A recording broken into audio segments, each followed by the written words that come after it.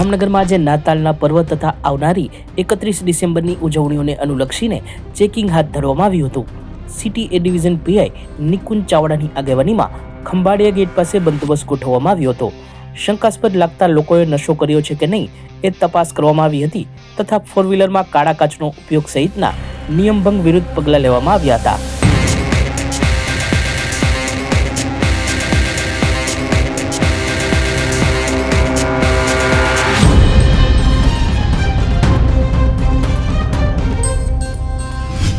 જામનગરમાં સાંસદ પૂનમબેન માડમ આયોજિત સાંસદ ખેલ મહોત્સવનો સમાપન કાર્યક્રમ ભવ્યતાપૂર્વક યોજાયો હતો.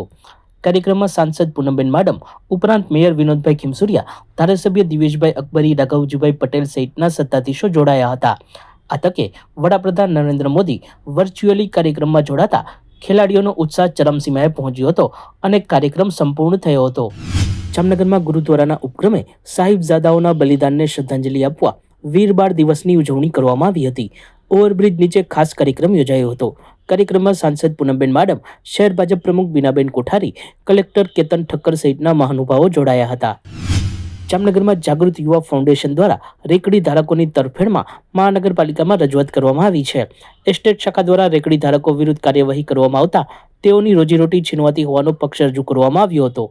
જે લોકો 5-5, 7-7 વર્ષથી જે લોકો ધંધો કરી રહ્યા છે, નથી કોઈ જાતનું અહીંયા ટ્રાફિક ઇસ્યુ, નથી કોઈ જાતનું કાંઈ અહીંયા કચરો થતો, અને કોઈ જાતનું કાંઈ અહીંયા ઇસ્યુ જ નથી સાહેબ. અને રોડ એટલો પોળો છે અહીંયા, તો એ જગ્યાએ પણ સાહેબ બંધ કરવામાં આવે છે.